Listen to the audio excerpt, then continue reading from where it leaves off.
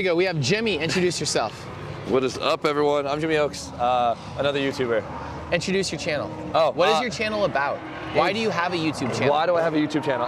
So my YouTube channel is very similar to most automotive YouTube channels, where I just buy way too many cars. I put engines in them, lower them on wheels, and just enjoy them, right? Okay. Is there a thought process behind your channel? Do you want to end up somewhere? Did you just happen to start making YouTube content because you're around other YouTubers? Like, how do you get into YouTubing? What's the whole deal? Okay, so me and Adam have been really good friends since we were like 14, 15.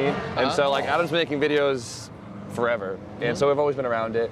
And then I went off to school, Adam went off to school, you know, kind of got out of that light. When I graduated, I started filming a little bit more, and they were doing all right, and it wasn't like making a bunch of money, but it was making money, and I was like, man, I don't want to grow up yet. School was awful, and so I started filming. It was like slowly growing. I don't think I ever had like a crazy big break, but it was slowly growing. I just never stopped. And then it's really simple as that. And why do you do car content and not just like pranks or something else? Because like car content puts you in a niche that's very expensive to do. For sure. And you know, all the limitations. A little bit of mix of because cars are everything I love, and a little mix of I'm not that funny. So I don't think I can pull it off. All right. Well, his 240SX is parked behind this other 240SX right here. Yeah. So this one probably runs better right now. So tell us about your car and like why you have this car and how you got into 240s and stuff. Because one does not simply start with a 240SX. No. So I was actually originally a Volkswagen guy, as most Northeast guys were. And then I got a 300ZX because I thought they were like the coolest thing ever because I saw one day and I was like, I have that. The only rotary here is broken and being towed off. Sorry, keep going. Just had to point that out. And I jumped into 300s with like no Nissan background. I just knew that was the car, and I started working on them a lot. And then of course from there I just dove deeper into the Nissan world and realized like, wow, I want a 240SX. That's like the car to have. And so Silvia Coupe popped up. Like already Silvia converted with an SR20 in it, and I got that and basically spiraled into this like 5 years later, 6 years later. Okay. And it's funny, I didn't see drifting and was like, I need a 240. I was just like, I want a 240, and wow, they drifting sick, you know what I mean? So I was a little backwards, but. I got into 240s specifically because of drifting, and I literally don't drive them on the street or enjoy them in any other way than drifting. Do you like this thing as a car and like drive around and like be a part of the thing, or is it just a tool to drift? I mean, a little bit of both. I mean, I like the mix between the styling and just like the vibe of it, right? 240s just have a good vibe. To some people just don't like them. But at the end of the day, they're creaky, they're raggedy, they're cheap built cars. That's the whole point of them. And so like you see it in the driving experience. But I think I balance of both. I mean, I wouldn't daily drive a 240, that's for sure. Maybe an S15. They're a little comfier, but. A little. Not a lot. Not a lot, but a little. But, their dashes are slightly better and less cracked. Exactly. So. Okay. So you're going to be a YouTuber for a while. It's your profession? Yes. Yeah. And is it going to remain car content? Probably. Yeah. Maybe a little more blend of not as much car content. Like I think LC does a really good job of doing that. Like a good balance of lifestyle in cars, and I guess a little bit more of that makes things a little bit lighter. But besides that, yeah, cars. Going to continue on that. So if you're that much into cars, do you realize that you guys are kind of like the new forefront of what option videos and all that stuff was in the past, and that you're pushing like, I guess, the culture of drifting and everything? Do you think about that much, and do you think about where to take drifting in 5 years? Because like say you go and build a car badly and people copy you literally ruin their entire relationship with drifting. No, I don't think I've ever thought about it like that. Yeah, I mean, I always aspire to build decent cars, right? For me, it's always a learning process, and I'm not scared to show my learning process and show where I fail, because you don't have to be the smartest, the most know-it-all guy. You really don't know. I don't think people expect you to be. So I never thought about it in that term, which it's pretty crazy, because I mean, yesterday was a testament of the reach, right? It was insane. It felt like it was FD out there. Yeah. And LZ has more reach than FD itself when you start to think about that, because FD had to pay for advertising, push it for months, have it on all these different drivers, social media things, like all the work it took. Adam made an Instagram post. We posted it, Yeah, and they got a crowd that large. Insane. So you start to like visually realize, you're like, crap, we're steering the ship. Yeah. You know what I mean? Like there's literally a ship and we're steering it on accident, and we didn't have all the thought and everything in front of it. You're like, now what do we do? Do you ever think that, or you're just like, nah, this is just a party? I'm living my life, enjoying it, doing what I like, trying to do it in the best way I can. So you don't feel any responsibility for what happens next? I guess now you sound like that. Maybe I do feel a little responsible, but I guess You're like, no. I'm trying to be a good role model, I guess. So I don't. Well, let's feel say you poorly went and about started it, doing takeovers or something like that. Oh, man. That would be the extreme opposite of For being sure. responsible, and you would probably have at least 100 people go build takeover cars and try and replicate that. Then I couldn't sleep at night. And someone would get run over. But you know, it is a real thing. No, it is crazy. Yeah. But we did have an amazing crowd here. No one was doing takeover stuff. Yeah. They were literally parking cars around the entire road course and everything. I mean, that could have turned into a shit show. For sure. No, it was great. I've been to a lot of events, and the people at this event were great. It was just a really good vibe. The crowd was more well behaved than Luke was. Yes, that's easy. That's a low bar. Yeah. Okay. So in the next, like, say 5 years, I guess you really haven't put any thought in this. I was gonna say, in the next 5 years, where would you like to take your channel? Would you like to steer people in some certain direction? Because I think Adam is now at that scale that he has to think about steering everyone in a direction. Otherwise, For sure. it's too large of a boat. Okay. You know what I mean? Yeah. So are you saying, like, making the car market too overwhelmed with one thing, or? No, like, think about it this way. The NASCAR guys got big, they built tracks, NASCAR formed, like NASCAR became a thing, like certain people like Dale Earnhardt became superstars, and they steered everything, and like now we have these giant Texas Motor Speedway type facilities that make no sense in the modern era, that are like a relic of the 90s. Yeah. And they definitely, like, it made tons of money, people did things, it was superstars, there was only 4 channels on TV back then, there weren't a lot of ways to watch stuff, so that was the one thing that became popular. Anything could have been that, you know what I mean? Yeah, for sure. They could have chosen anything. Right now, if you guys have an audience that's large enough, you are pushing the narrative, and people will copy what you're doing. For sure. I mean, if you were building a Drift FRS and you told everybody to do that, you know, like, This is the car, it would be a thing. Like, people would go buy those and do it. I don't know, just thinking about it. And it's the same thing, like, if Adam chose to build a track or you chose to build a track and that was your adventure, kind of like Cletus, you would have a track. For sure. You know, and you would build something, like, you could build something like this out of Adam's reach. Oh, I think very, 1 second, it's loud. You could absolutely do that. Tony Hawk went and built a ton of skate parks. It's true. So, like, I guess it is what we do with our time and our effort and our money and our treasure. I mean, I don't see myself changing up much in the upcoming years, so I'm gonna just keep doing that and hope it all works out. Yeah. He's like, I ain't doing shit for you people. No, I'm joking. So, how did that LZ party go? What'd you like? What'd you dislike? The people were great. It was a really good crowd. Everyone had a lot of fun, good energy. I can't say I disliked. I'm not trying to like gas it up too much, but I really loved all of it. It was fun. It was a good balance. The line was a little slow, but there's nothing to be. There's nothing you can do about that. But besides that, I mean, maybe more vendors just to see more stuff happening would be cool. Yeah. I was actually thinking about that too. There should be more stuff in the pits for people to see. Exactly. Like, I love vendors. I think it really shows the community. You know what I mean? So. Yeah. Car is so stupidly loud. Everything Jones is loud. Drift Week 5 would like to thank these amazing sponsors, including BC Racing Custom Coilovers that have been with us from the beginning, the most supportive coilover company in the United States, ECU Master USA, who is also on this trip and has been supporting these trips from the beginning, NK Wheels, who we absolutely love, and always I run RPF1, so thank you guys. Drift HQ, that brings the support van. We could not do this without you guys. Vapetasia, who is not only on this trip driving with us, but also supporting the trip. A new sponsor, Heatwave Visuals. They support us with awesome eye protection and make rad stuff, including the beanie I'm wearing in these videos. And WhatMonstersDo.com, who makes great content. They support Lone Star Drift. They support our Japan content. You can go and use the Ebisu discount code on their website for a percentage off. Let's get back to the content. Are you gonna do any builds or anything that you are excited about? Yeah, right now I'm building like my first like grip car. So I bought an 8.6. I'm gonna try and like do some like gripping, I guess. So we'll see. Like an FR86 or GR86? No, like an old school? A86. Oh, okay. Yeah, That's so we'll see. Just a all motor K series. Give it a shot, see what happens. I might hate it, and if I hate it, I tried it. All right. Right? How is that car on the peaking? Is it just like taking it over or no? It's not bad? Suppressive. Okay. Yeah. More LSs. Have you done much grip driving? No, not at all. No. I've done some like like bigger manufacturers will have us come and like try out the new car and stuff, and they'll let you grip race them and stuff. And I've done that, but not actually like any events. I've done like normal track racing and stuff, and unless it's like some crazy endurance race, I get bored really fast and just want to drift. That's what I'm worried about. I just want to slide the car around, so I just don't even do it anymore. That's what I'm so worried about, because every time I do go on a track, it's always like, okay, can I be sideways now? Yeah. So we'll see. But I feel like I need to try it once, or else I'll always think like, maybe I'll like it, you know? Every V8 car at the event is straight pipe. Is there anything you're passionate about right now? Like some subject that you like to talk about? Wout loves to yell about Teslas. Oh, really? You know, I mean, it's just everybody has some weird. How is it so slow? It's not moving. Is there any topic that you're really into right now?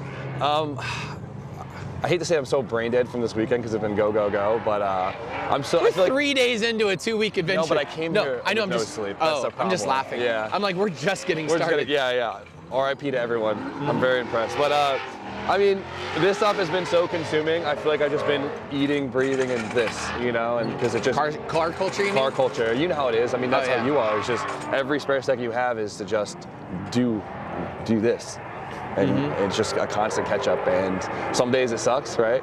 But other days it's just amazing. It really is. So I was gonna say, we're so lucky to get to do this stuff. I mean, I do this for a living, you do it for a living, and sometimes it's overwhelming. Sometimes you're like, I just want to sleep in, but we're so lucky we get to do crazy stuff. For sure. Like, we're not working as in fast food, or we're not struggling and everything else. exactly. How long do you think? Do you daily vlog? I do every other day. And how long do you think you can sustain that before you want to kill yourself? Negative 2 years ago. Really? Yeah, it's hard. It's really hard, and like you can't have bad days. That's one of the hardest parts about probably the YouTuber stuff, is you can't have that Monday where you're just pissed off, you want to have a cup of coffee and just sit in the corner and get your work done. You have to have good days every day. Yeah. And that's hard, that's heavy. So, and then you know how it is, if you're not 2 weeks ahead, you're 2 weeks behind. And trying to keep up on that, and if you're behind, you're triple stressed, and it's just, it's definitely give and take, but when you have great days, you have amazing days. When you have bad days, you have real bad days. So it's all balanced. As an event organizer, I'll try not to take up too much of your time. As an event organizer, what would you want out of someone like me? Like, you came to the LZ party, you're doing this, you went to the Invitational, I saw you there. What do you want out of like experiences for track stuff? So honestly, like, do you want 10 people there? You want 100 people there? You want 10,000? Like, what do you want? Dude, I think this weekend went so good. Like, I'm pretty wooed. I'm very low maintenance. You gave us food. That was unreal. I couldn't believe it. It was food. Plenty of seat time. It's been well organized. We had a blast with the drift games and all that. The crowd was involved. I love when the crowd's involved. I feel like a lot of guys have a really hard time keeping the crowd involved, and they almost like focus so much on the world of the driving, they don't realize like tie everyone in, you know, and people love that too. And I think you did a great job doing that. Thank you. I personally like a lot of people around, you know, make the culture grow. That's all we do, and it's cool to see, especially since we've been in this hole the last 2 years. It's been hard because it almost seems like we've all been in our own little world, because the whole world has not really been around. I'm a Texan. I've been hosting events this whole time in Drift Week. Northeast. I didn't do it. but overall, I mean, seeing all the people here, it felt like the community is back, and I love it. And Dude, were y'all really locked down up here? Pretty bad, yeah. Wow. Yeah. We were locked down for like 2 weeks in Texas, and just like over this. Yeah, you got Texas and Florida. They're their own. Own we were just universes. off. I was hosting Drift Weeks the entire time, doing everything. We're on number 5. Was that difficult with like just coordinating like hotels, restaurants, and all that stuff, or no? Okay. We didn't wear masks anywhere. We didn't do anything anywhere. That's impressive. So be it. It worked out 2 years later. But also, Drift Week was pretty private for most of it. Only recently have we really been doing public stuff. As you know, as things grow, you just have to have money come in, and the money needs to come from somewhere, and it's spectators and everything. And you know, everything is a give and take. And like as we're doing stuff, I think that was a fun way to take it. That's true. So that's your first time doing like spectated for Drift Week? No, we've done spectator Okay. stuff maybe up to about 1,500 people, but nothing obviously of this Yeah, scale. that's good. But when you put Adam involved in something, he has such big reach that it For sure. was huge. I mean, that was insane how many people It were was here. nuts. Yeah, especially considering how little he advertised it. It was an Instagram flyer. It was crazy. Yeah. It was so super cool though. Yeah. crazy. Yeah. Worked out. It worked out great. Cool. Yeah. And then lastly, I was going to say, the reason I think Adam probably hangs out with us and all that stuff is we do constant adventures. And like I take him to Japan, I take him all these different places. Yeah. We do all this stuff. What type of adventures do you want? Dude, I'm so eager to get out of my shop. The last 2 years has been nothing but you get to the shop in the morning, wrench all day, get some content, go home, edit, sleep. And I'm dying to do anything. Yeah. Anything car culture. Are you involving. adventurous? Because I was going to say Taylor Ray, if you know Taylor, just wants to stay. We took him to Japan with us for a few weeks and stuff, and he had fun, but like, he hasn't come on one drift week when he says he's going to be on every one. You know, like he locks himself away. He likes to be like the content creator that's in his shop creating. Yeah. And it works really well for him. TJ's car. Thank you. Yeah, there you go. I was going to say, do you want to get out and do you want to do crazy I want to stuff? get out so bad. The problem is I get out and then like I want to be out too much. You know? And you gotta maintain it, you know, edit in the corner at 4 o'clock in the morning with a beer and a coffee in each hand, like, but I'm ready for it. I'm so ready for it. Cool. So. Because I was going to say, you guys are on the forefront of the ability to do that. Yeah. And like you need content, you need adventure, you need to wow people. But then I also watch like Adam's content, and sometimes just a good clickbait thumbnail with no driving in it. Yeah. And like him doing something silly is way better than all the like. You could go drive and do the most insane thing, like Chelsea always complains. He's literally winning Formula D, and then someone will go post like, I installed a license plate frame that flips. Yeah. You know, and he's like, I'm doing insane stuff and like no one cares, and like, you know, he freaks out.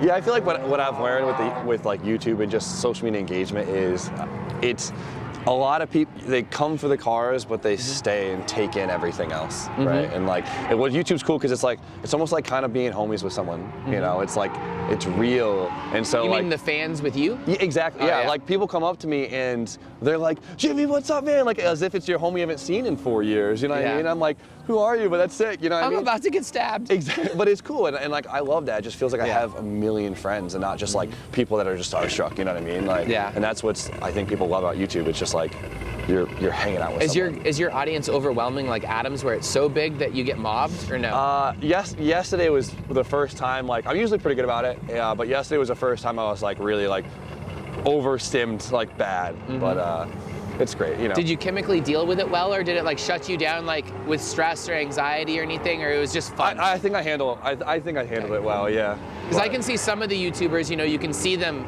freak out a little bit internally. Most YouTubers are introverts, which is a funny concept. Yeah. But it is very true. But. And also, I think they probably are freaking out and like, are these people having fun? Am I disappointing them? Do I look like a dick by accident? Because no one looks like an asshole because they just looked at someone the wrong way. Do you think all that stuff? You're like, nah. Oh, yeah, the whole time. Yeah. Full panic, yeah.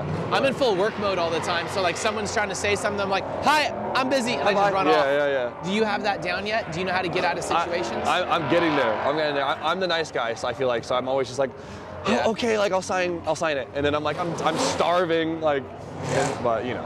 And who has the best YouTube channel right now for car culture, do you think?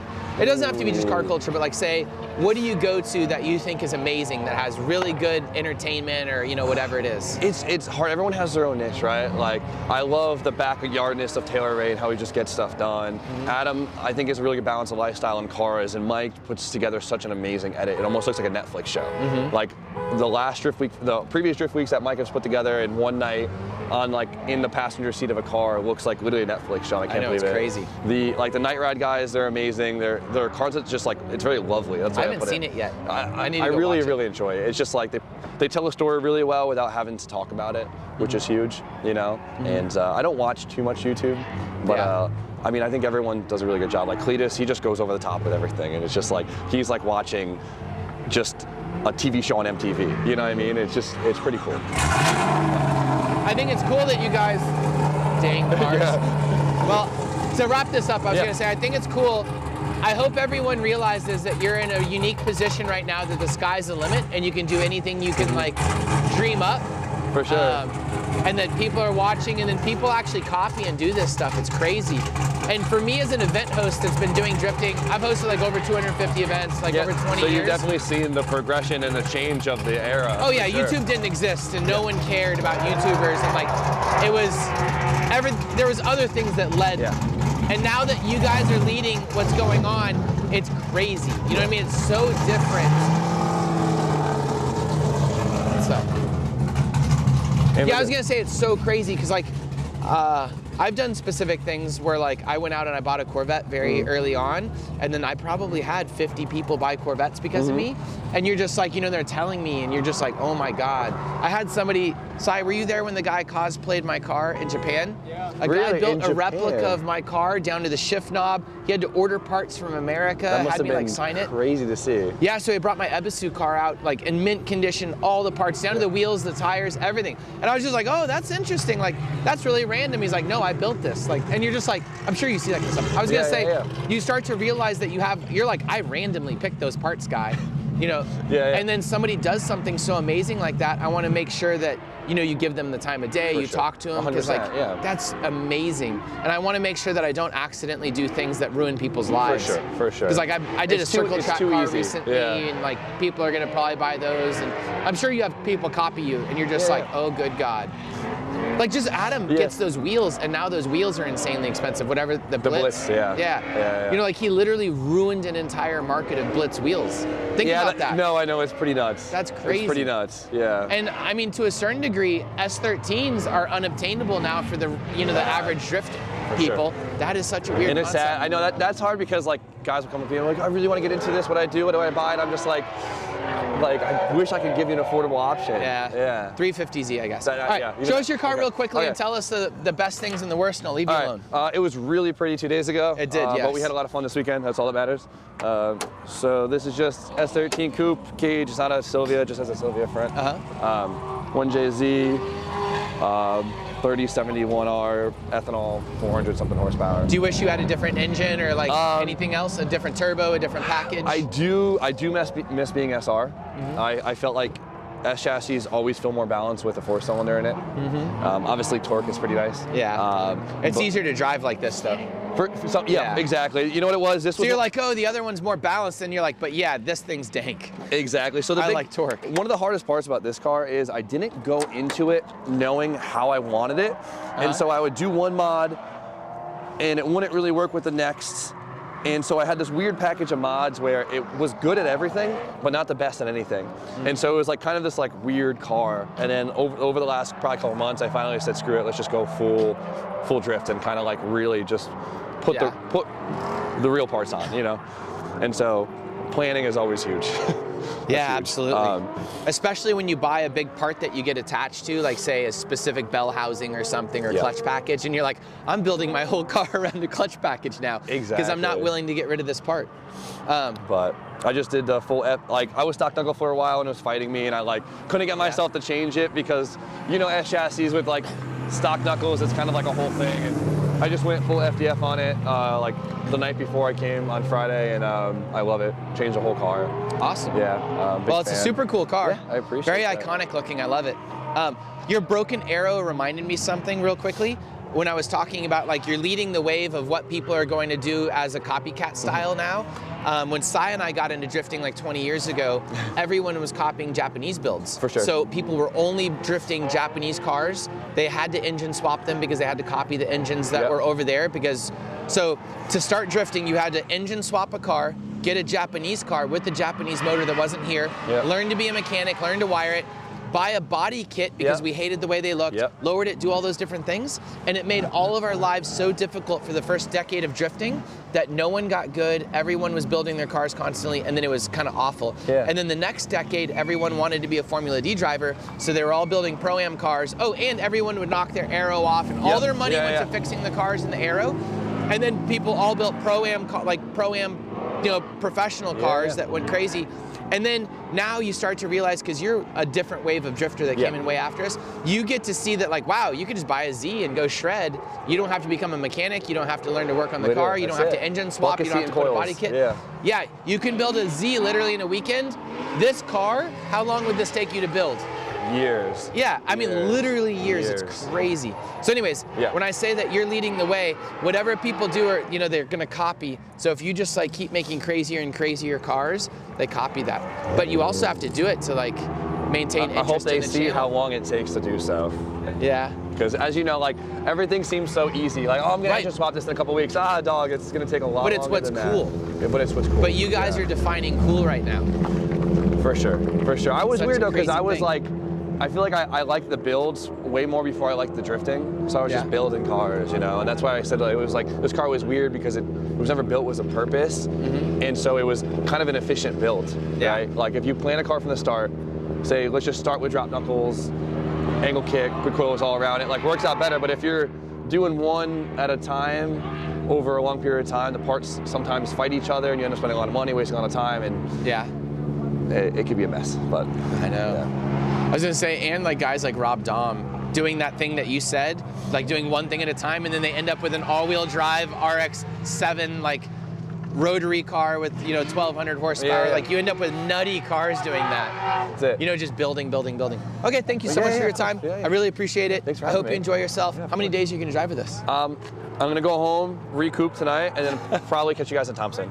Okay. Yeah. I was gonna say you should do Summit Point if you haven't You done were, it. you were telling me about that. Yeah. Go look at a map. Okay. Like, have you seen it? No, I haven't. But everyone keeps saying it's like the America Ebisu. Ebisu. Yeah. Go look at like an aerial map, like a satellite view. Okay. It is insane.